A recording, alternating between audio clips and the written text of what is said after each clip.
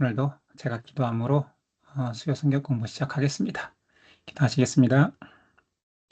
하나님, 오늘도 사무엘서 말씀을 통하여서 하나님이 그 시대에 하나님의 계획하심과 그때의 하나님의 백성들을 향한 하나님의 뜻을 또 읽고 묵상하려고 합니다. 지금을 사는 우리에게 어떤 귀한 메시지가 되는지, 한결같은 하나님의 은혜와 그 백성을 인도하시는 사랑이 얼마나 큰지 깨달아 알 수 있는 시간 되게 하옵소서.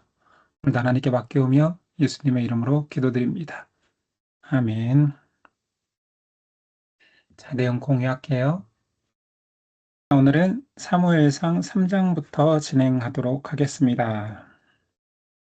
지난 시간 2장에서는 어린 사무엘과 엘리 제사장의 두 아들들의 모습이 비교되고 있었지요. 오늘은 사무엘이 본격적으로 하나님의 이 선지자로 택함받는 그 소명부터 다루게 됩니다. 보겠습니다. 3장의 장제목은 사무엘의 소명입니다. 1절에서 3절까지 아이 사무엘이 엘리 앞에서 여호와를 섬길 때에는 여호와의 말씀이 희귀하여 독특하죠. 사무엘이 엘리 앞에서 여호와를 섬길 때 여호와의 말씀이 희귀하대요. 이상이 흔히 보이지 않았더라. 이게 사무엘 당시의 상황입니다. 굉장히 암울한 상황이죠. 여호와의 말씀이 희귀하고 하나님의 이상이 보이지 않았대요. 그러면서 꼭 그 원인이 밑에 있는 것처럼 연결한 내용은 뭐냐면 제사장 엘리의 눈이 점점 어두워 가서 잘 보지 못하는 그때에 제사장이 자신의 역할을 잘 하지 못했다라는 것을 우리는 엘리 제사장의 아들들의 부정과 그것을 막지 못하는 엘리의 모습에서 보았습니다. 그러니까 지금 하나님의 말씀이 희귀하고 더 이상 하나님의 이상이 사무엘 당시에 나타나지 않은 것은 제사장의 사실은 원래 제사장이 해야 될 그런 역할이 부재하다라는 것을 알게 되겠죠. 자, 그런데 그때 사무엘 여기에서는 엘리겠죠. 엘리 그가 자기 처소에 누웠고 하나님의 등불은 아직 꺼지지 아니하였으며 사무엘은 하나님의 궤에 있는 여호와 전 안에 누웠더라. 자, 여기서 독특한 표현이 하나 나옵니다. 하나님의 등불은 아직 꺼지지 아니하였대요. 굉장히 암울하고 말씀이 희귀하고 이상이 보이지 않는데 엘리 제사장은 늙어서 눈이 점점 어두워지고 잘 못 보는 때에 그렇지만 하나님의 등불은 꺼지지 않았답니다. 이 표현 자체가 굉장히 중의적 표현이에요. 두 가지 의미를 담고 있는 것 같아요. 하나는 엘리가 눈이 잘 보이지 않지만 이제 등불의 역할을 하는 사무엘이 등장한다. 하나님의 등불은 완전히 꺼지지 않았다. 이런 영적 표현 하나하고 또 하나는 사무엘이 여호와의 전 안에 누워 있대요. 그러니까 여호와의 전 여긴 성소겠죠. 성소 안에 누워 있다라는 것 자체를 봐서 등불이 꺼지지 않았다. 실제로 등불로 한번 본다면 성소에 그 등잔불의 등불은 제사장이 항상 관리해야 됩니다. 근데 엘리가 눈이 어두워지고 그의 아들들은 불의해서 아무도 성소의 등불을 관리하지 않으니 어린 사무엘이 하나님의 궤 있는 여호와의 전 안에 누워서, 그러니까 물론 그 지성소 안에 들어가 잤다는 얘기는 아니겠죠. 성소 안에 살면서 성소 근방에서 살면서 제사장 역할을 이 어린 사무엘이 하고 있다라는 그런 중의적 표현이 있습니다.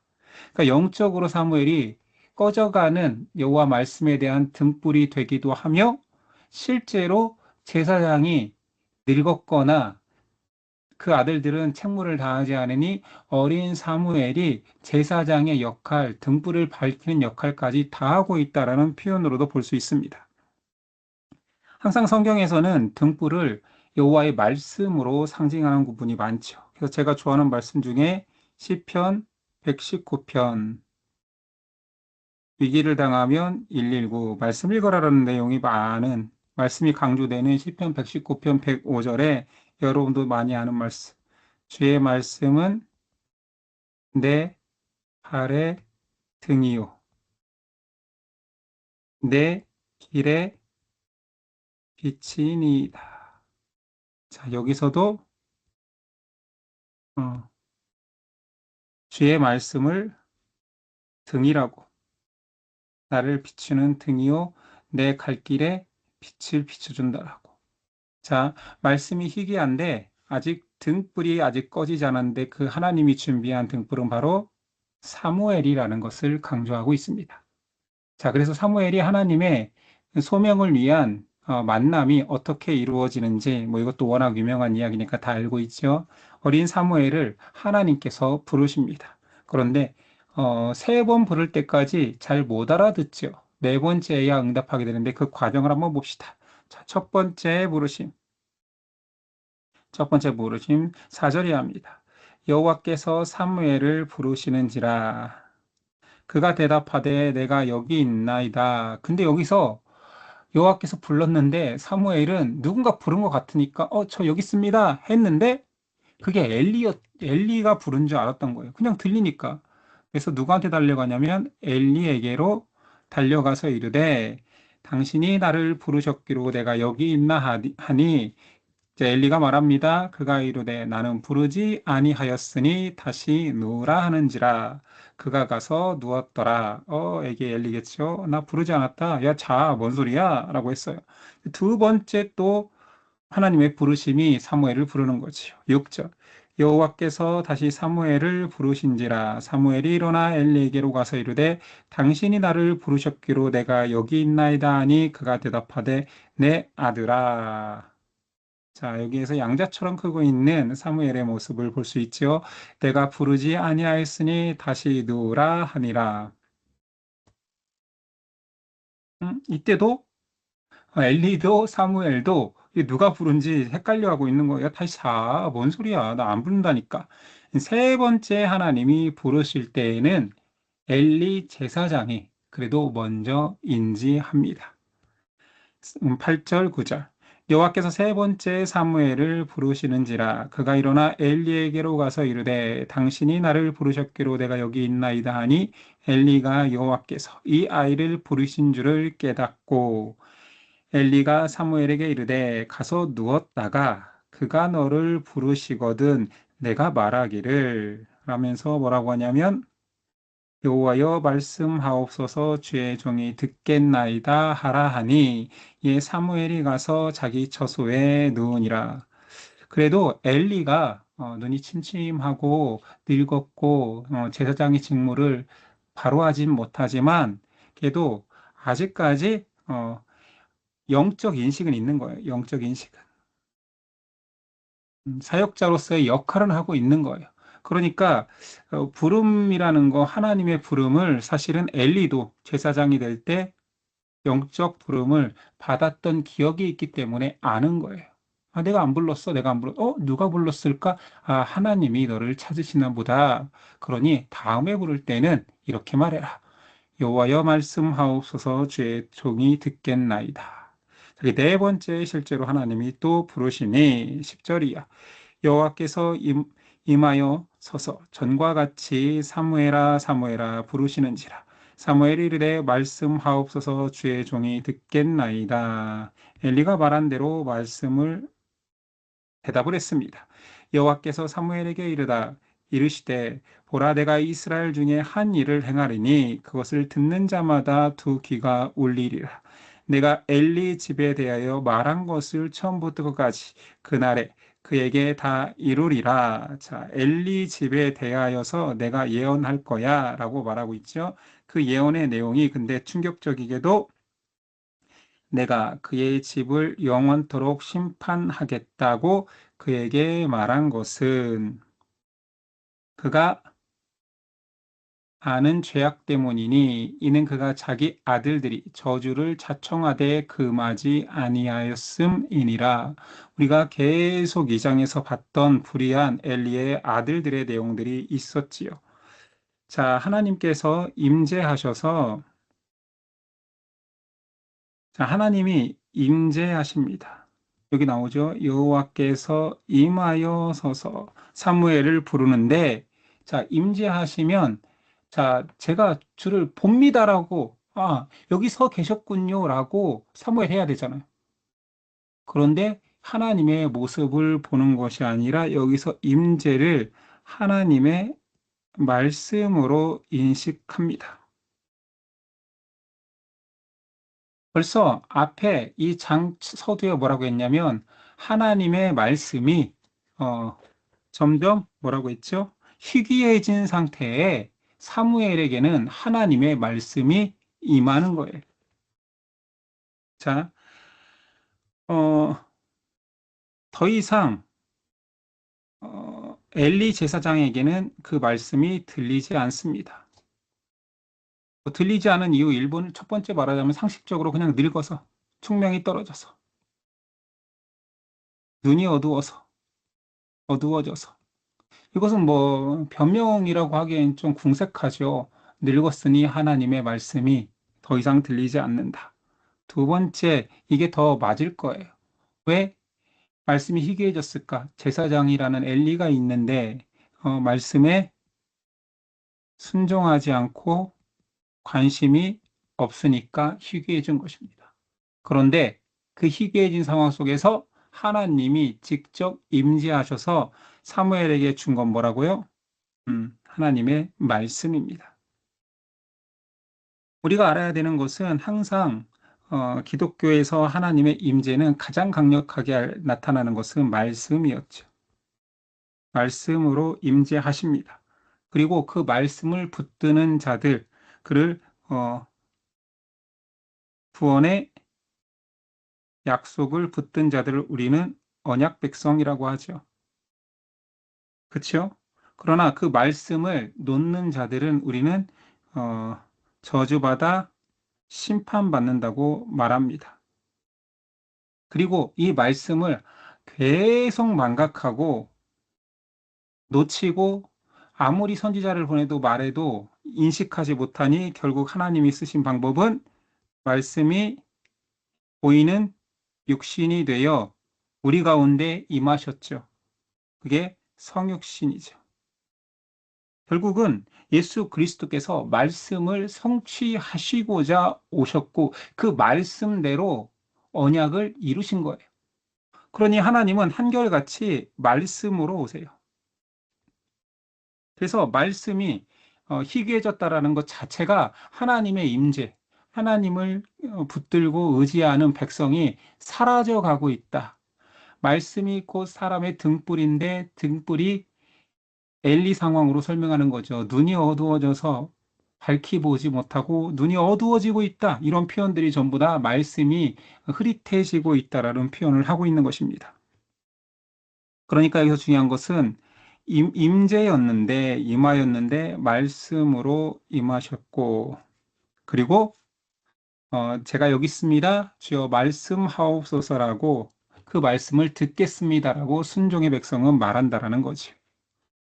자, 사무엘이 첫 번째 하나님에게 예언의 말씀을 들었고 엘리에게 전하라는 명령이 뭐였냐면 안타깝게도 그의 스승이자 영의 아버지와 같은 엘리 가족의 영원한 저주였습니다.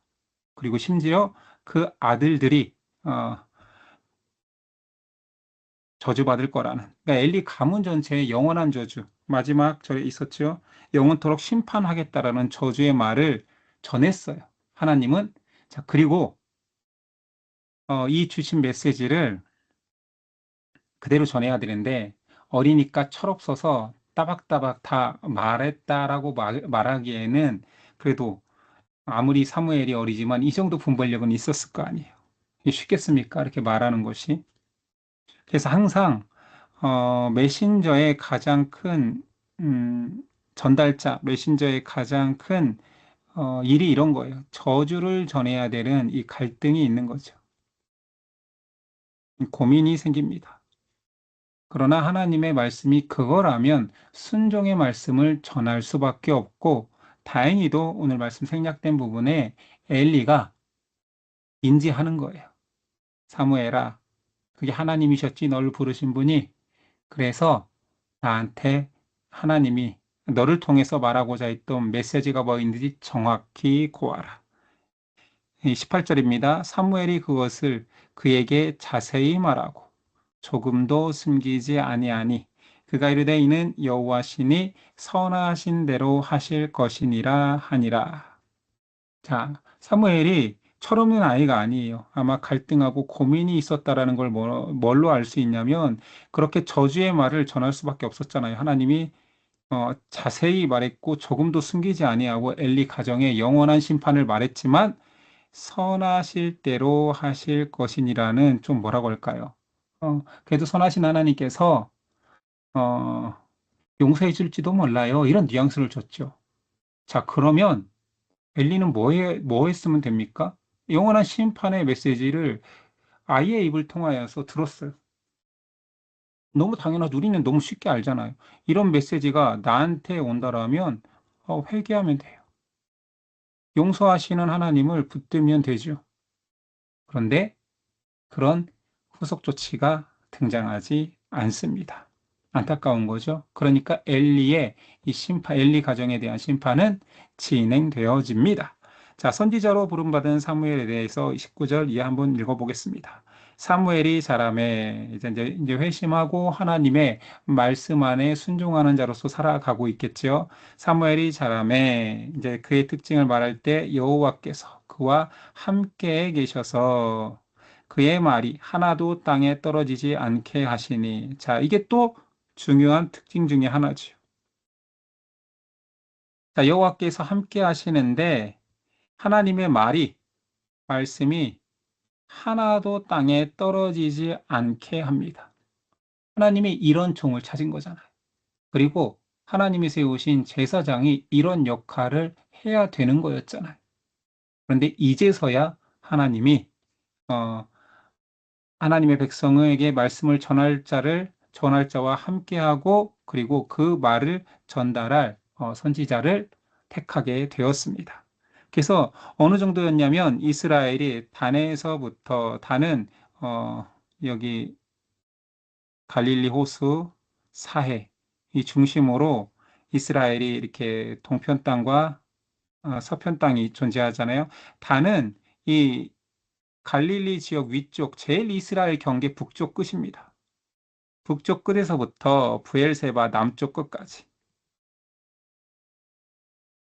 그러니까 이거는 단에서부터 브엘세바까지라는 표현은 위에서부터 저기 위에 경계에서부터 아래 경계까지 온 이스라엘을 상징하는 관용적인 표현이에요. 계속 단에서부터 브엘세바까지라고 이런 표현들이 이제 계속 나오죠. 사무엘은 여호와의 선지자로 세움을 입은 줄을 알았더라. 이제 진정한 하나님의 메신저가 생긴 거죠. 여호와께서 실로에서 다시 나타나시되 여호와께서 실로에서 여호와의 말씀으로 사무엘에게 자기를 나타내시니라. 계속 강조되는 것은 하나님이 나타내셔서 뭘로 자신을 드러낸다고요? 말씀으로. 자, 사무엘에 대한 간단한 사무엘은 어떤 사람입니까에 대한 이제 결론을 지어 보겠습니다. 사무엘은 사사 시대에 하나님의 뜻을 이루는 사람이기 때문에 그냥 사사 시대의 끝에 존재했기 때문에 마지막 사사이면서 마지막 사사니까 더 이상 사사는 존재하지 않습니다. 그다음부터는 여기서 말씀대로 하나님이 여호와의 선지자로 여기 분명히 일이 나오잖아요. 여호와의 선지자로 활동하는 사람으로 언급되기 시작합니다. 사사 시대에 종말을 고한 사람이 사무엘인 거지요. 이스라엘의 첫 번째 왕인 이제 사무엘 상의 이제 주요 인물이죠. 사울에게 기름 부어서 왕으로 세우는 역할을 했고 또 왕정 시대로 넘어가는 전환기의 지도자 역할을 하는 거예요. 그러니까 진짜 전환기의 사람이에요. 사사 시대의 종말을 구하고 왕정 시대의 시작을 알리면서 첫 번째 왕에게 기름 붓고 물론 다윗에게도 기름 붓는 그런 전환기적 인물입니다. 자, 그렇다면 이제 궁금한 것은 이런 거죠. 사무엘은 제사장인가? 아까 등불 표현에서도 걔가 왜 등불 관리를 해? 실제로 있었던 일인지 이렇게 문학적 표현인지는 모르지만 그로 인하여서 걔가 하나님의 언약궤가 있는 곳에서 잠을 잤다. 제사장밖에 할 수 없는 행동을 한 것 같단 말이에요. 그리고 사무엘상에 이제 나중에 뒤에서 보면 제사를 또 드리고 있어요. 그리고 등장하진 않지만 레위 후손인 것 같은 느낌이 들어요. 왜 그러냐면 레위인만 제사장이 될 수 있으니까. 그래서 사무엘은 제사장인가에 대한 답변은 자, 전통적인 해석은 자, 한번 읽어볼게요. 자, 제사를 드리는 것 때문에 사무엘상 7장 9절에서 사무엘이 젖 먹는 어린 양 하나를 가져다가 온전한 번제를 드렸다라고 하기 때문에 이스라엘을 위하여 여호와께 부르짖음에 여호와께서 응답하셨더라. 이거는 번제를 제물을 가져왔다는 표현일 수도 있지만 직접 드렸다는 표현일 가능성이 더 크죠. 왜 그러냐면 나중에 사울이 사무엘을 기다리지 않고 제사를 드렸다가 불순종했다라고 경고한 적이 있으니까. 자, 레위 손에 추측하는 것은 아버지 엘가나가 레위인으로서 에브라임 산지에 산 걸로 봐서 레위인이니까 아, 자연스럽게 제사장이 아니어도 그래도 성막에서 봉사할 수 있었겠구나. 대상 6장 34절에는 솔로몬이 세운 성전에서 봉사한 그앗 후손으로 기록되어 있습니다. 자, 그앗 후손이기 때문에 더욱 사실은 제사장의 반열에 들어갈 수 있었을 거 아닌가라는 추측이 있는 거죠. 그래서 전통적인 해석 결론입니다. 사무엘은 성전에서 봉사하는 레위인의 직무를 수행하며 제사장의 직분을 일부 수행했지만 아론 계열의 제사장은 아니었다. 그러니까 레위인이었으니까 성막의 일을 도울 수는 있었지만 그리고 어, 제사장이 자신의 역할을 잘 하지 못하니까 제사장의 역할을 일부 수행한 것 같다. 그래서 사무엘은 제사장은 아니고 성경에서는 마지막 사사이며 선지자로서 사무엘을 말하고 있습니다. 됐지요?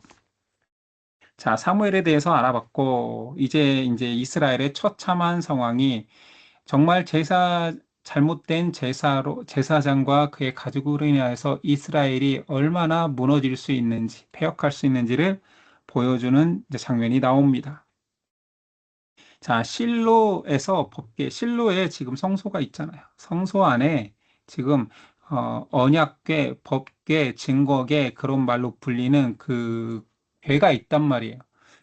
그런데 사장에서 그 법궤를 이건 뭐냐면 전쟁의 지인으로 가져오는 사건이 벌어진다는 것입니다. 아니, 가장 깊숙한 지성소에 있어야 할 하나님의 법궤를 그 법궤가 거기에 있는 것은 하나님의 임재의 상징이고 구름기둥과 불기둥이 임하시고 하나님이 모든 죄를 사하는 그 하나님과 백성의 임재의 장소로서의 그 법궤잖아요.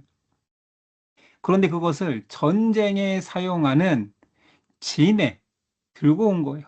그럼 성소체에 들고 왔느냐? 아니, 법궤가 온다라는 것은 이동식 성전, 성소가 와야 되잖아요. 그런 게 아니라 법궤만 꺼내서 전쟁 진에 끌고 온 것입니다. 이것 자체가 이스라엘의 변질된 신앙 그리고 제사장의 타락을 단적으로 보여주는 예인 거예요. 이해가 되죠? 자, 어떻게 법궤가 전쟁터에 나오게 된지 봅시다. 자, 블레셋이 이스라엘을 쳐들어 왔습니다. 자, 1, 2절 사무엘의 말이 온 이스라엘에 전파되니라. 이스라엘은 나가서 블레셋 사람들과 싸우려고 에벤에셀의 곁에 진치고 블레셋 사람들은 아벡에 진쳤으니 블레셋 사람들이 이스라엘에 대하여 전열을 벌이니라. 그 둘이 싸우다가 이스라엘이 블레셋 사람 앞에서 패하여 그들이 전쟁에서 죽음을 당한 군사가 4,000명가량이라. 자, 1차전에서 블레셋과의 전투에서 4,000명이 희생당하는 패를 합니다. 대전하죠. 자, 에베네셀은 제가 좋아하는 그냥 단어예요. 단어로서 지명이기도 하지만 에베네셀 도움의 돌.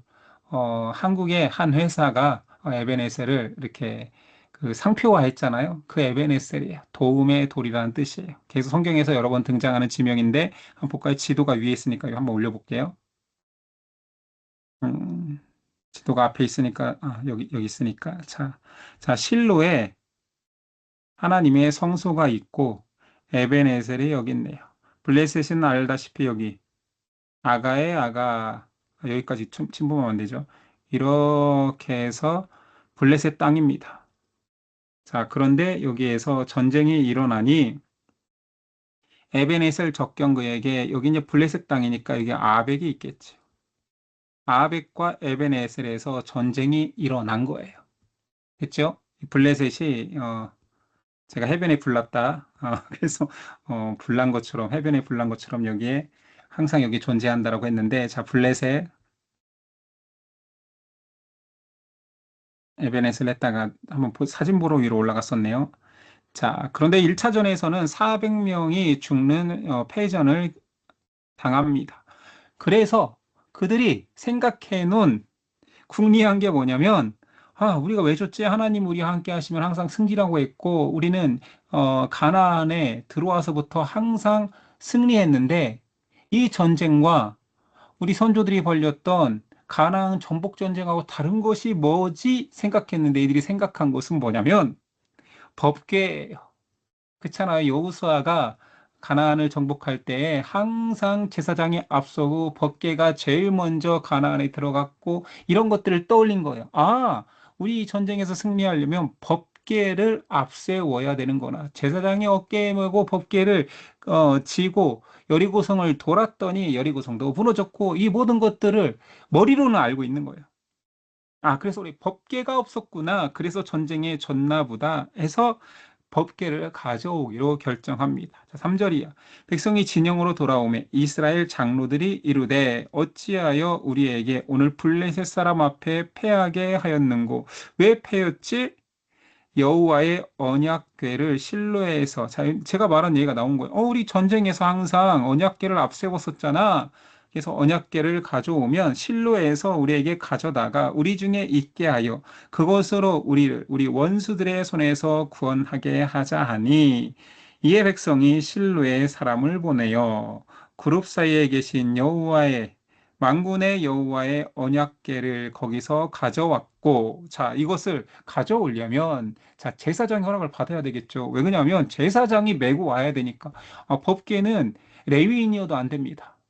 어, 그 법궤는 오직 제사장만 그것도 그냥 뭐 팔로 들고 그런 것도 아니에요. 어깨에 매야 되는 율법이 있어요.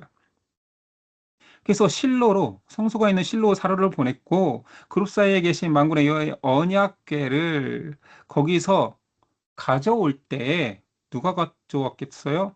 제사장인 홈리와 비느하스 등등 그것을 가져올 수 있는 자격 있는 자들이 허락을 했고 심지어 동행을 했다라는 얘기인 거죠. 그리고 그걸 누가 허락했겠어요? 어, 엘리가 허락했겠지. 엘리가 늙어서 총기가 떨어졌습니다. 더 이상 여호와의 말씀이 들리지 않는 거예요. 세상에. 예배에 하나님의 임재를 상징하는 그 법궤를 예배 처소체, 성소체에 움직인 것도 아니고 전쟁터에 법궤만 딸랑 그 아들들과 함께 보낸 거예요. 벌써 율법이 완전히 무너졌고 성소의 원래의 목적도 사라진 거예요. 그래서 엘리의 두 아들 홈리와 비느하스는 하나님의 언약궤와 함께 거기에 있었더라. 여호와의 언약궤가 진영에 들어올 때에 이게 완전히 미신적으로 변한 거죠.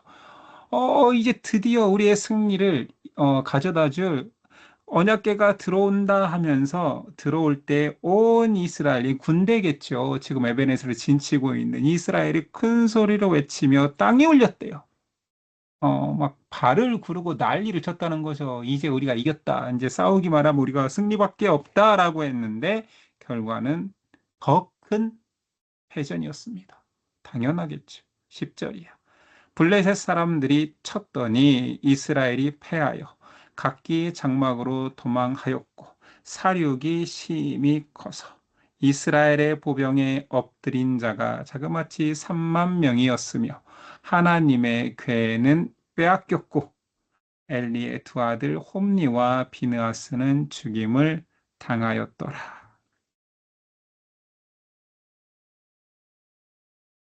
자, 언약궤가 하나님의 임재의 상징이지, 하나님의 임재는 앞에서 어떻게 나타났다고요? 하나님의 임재. 우리가 3장을 떠올려 봅시다. 하나님의 말씀으로.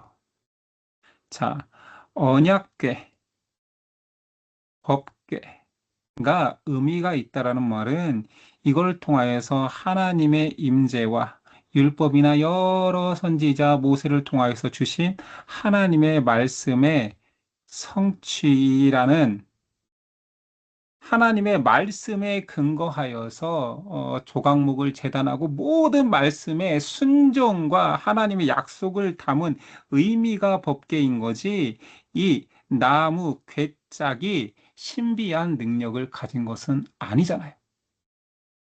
그렇잖아요.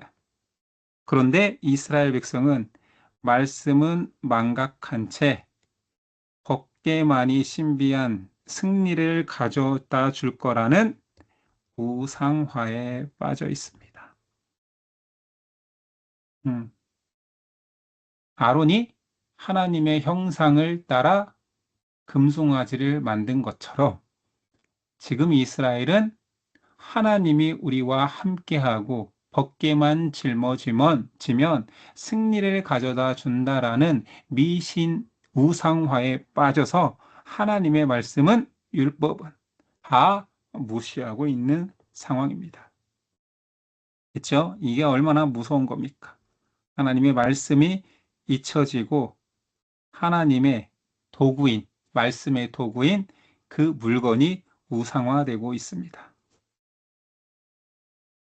그래서 결국 이런 끔찍한 범죄를 저지른 수장격인 엘리가 죽음을 당하지요. 자, 베냐민 사람이 전쟁 소식을 전합니다. 자, 에베네셀 근처에서 전쟁이 일어났겠죠. 아벡과 사이니까. 여기에서 실로의 지금 제사장으로서 엘리가 여기 존재하고 있으니까. 위치가 제가 찾아보니까 그러니까 지도상의 거리로 30km래. 그러니까 뭐 곡선, 길이 있는 곳으로 다녀서 오면 약 40km 정도를 베냐민 사람이 전쟁 소식을 전하기 위해서 달려왔어요.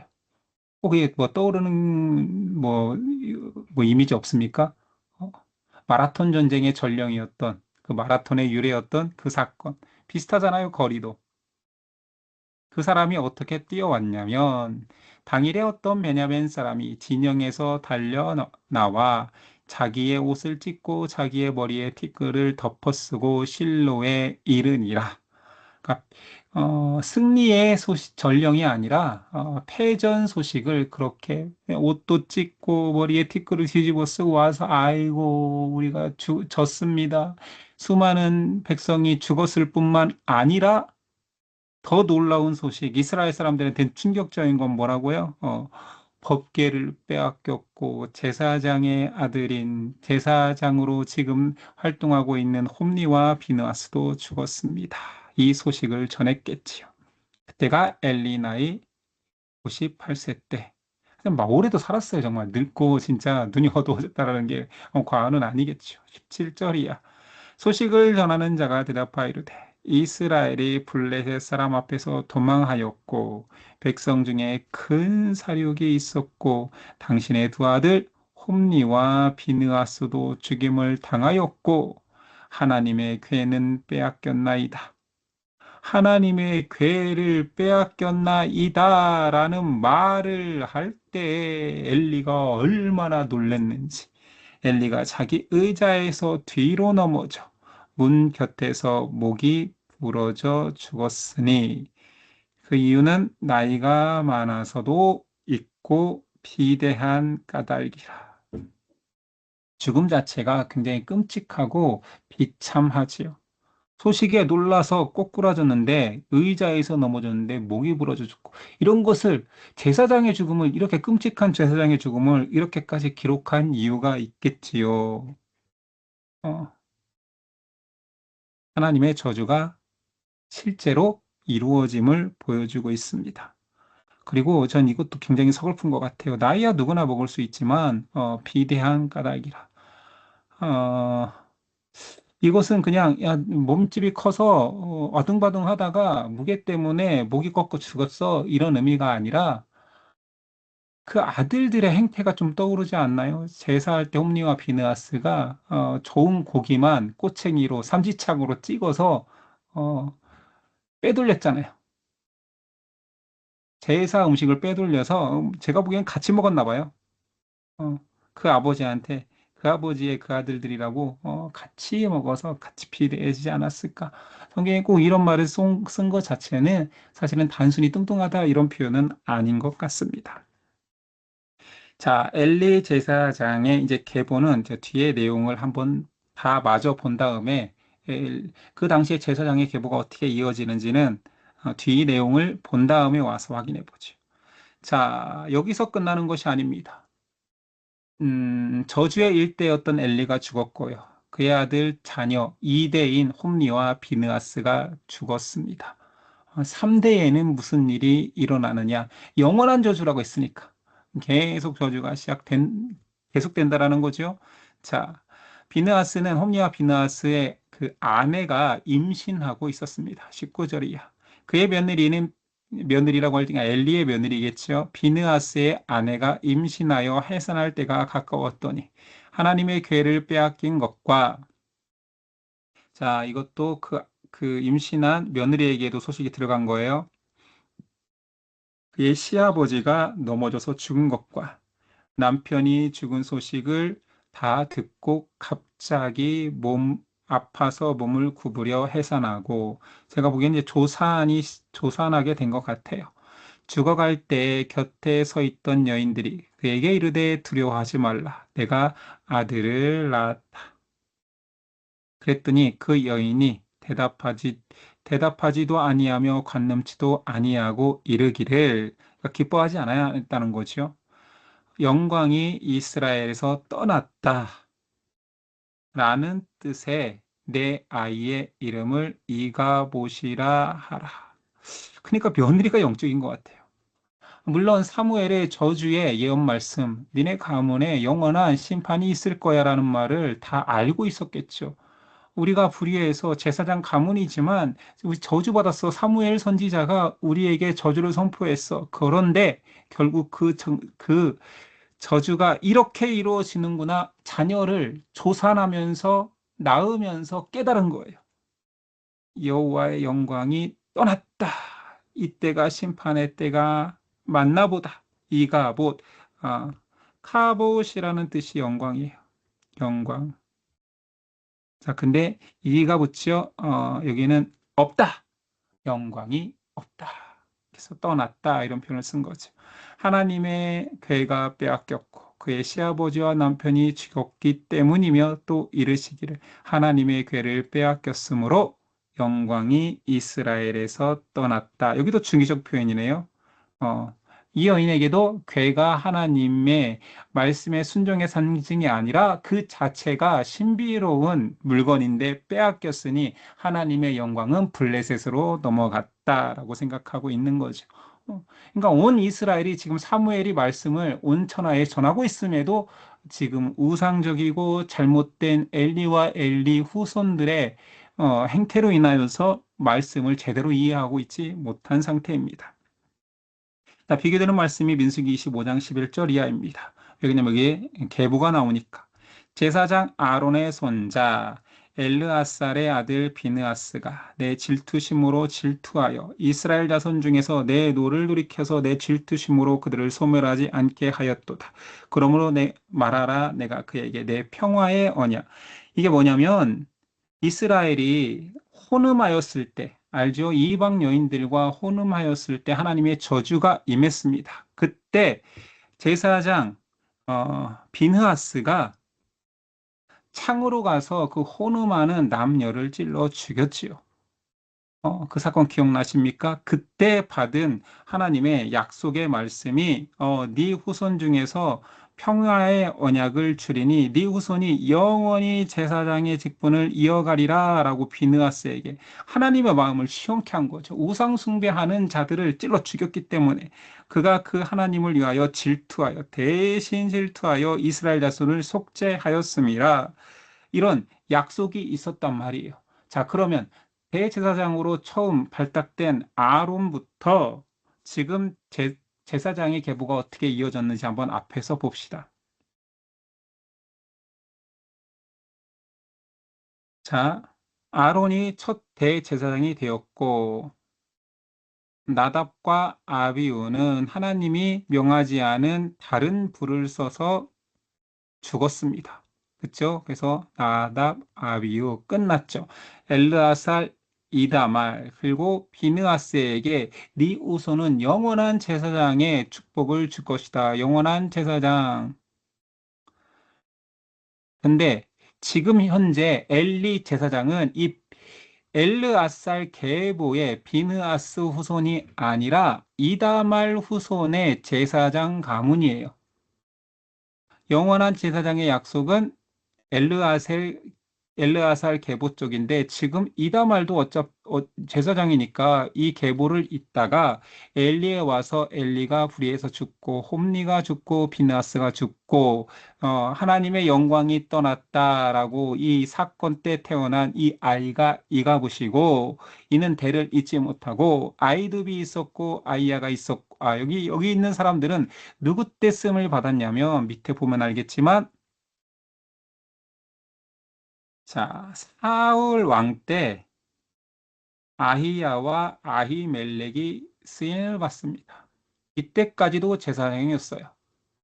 근데 알다시피 이때에도 하나님의 제사장 계보가 썩었다라고 인정하지 않고 저주받는 계보를 따랐는데 결국 이다말 계보의 제사장들이 멸망하게 되는 거죠.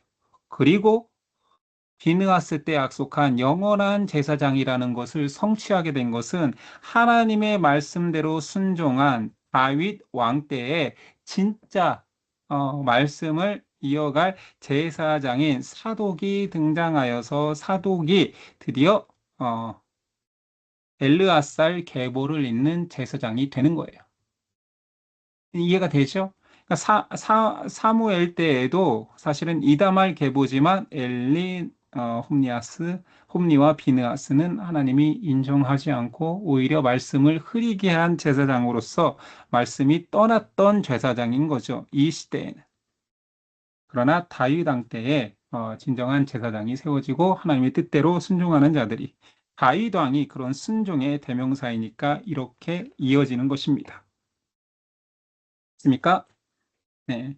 그래서 자, 결론적으로 다윗 이후부터는 제사장이 사독으로만 그 계보로만 이어지는 거죠. 엘리 쪽 계보는 불순종의 왕이었던 사울 때까지만 등장하고 순종의 새 시대가 그러니까 제사장으로서도 갈리는 거예요. 여기는 불순종의 제사장은 사울까지 다윗 이후로는 이제 하나님의 말씀에 순종할 수 있는 제사장의 새 시대가 등장하는 것입니다. 오늘 여기까지 한번 퀴즈를 풀어보도록 하겠습니다. 음성을 좀 켜시고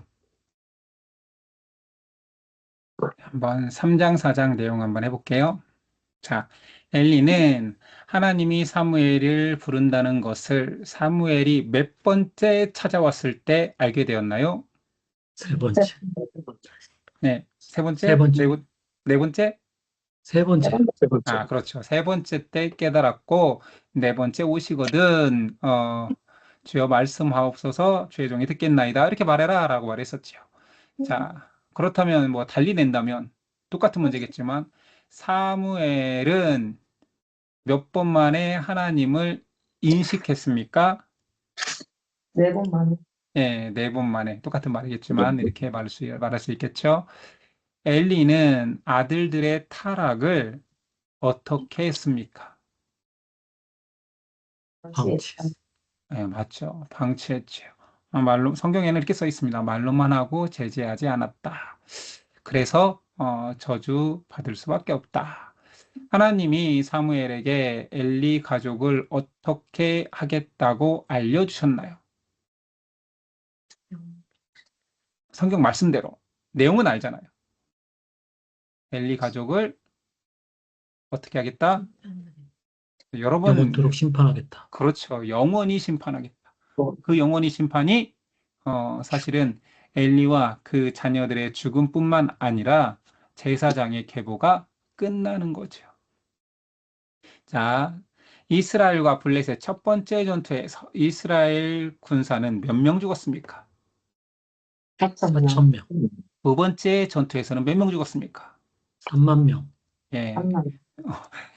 첫 번째는 지들끼리 해서 한번 이겨보겠다 했는데 4,000명이었지만 법궤를 동원해었을 때 하나님이 괘씸죄를 물어서 더 많이 대패하게 되었죠.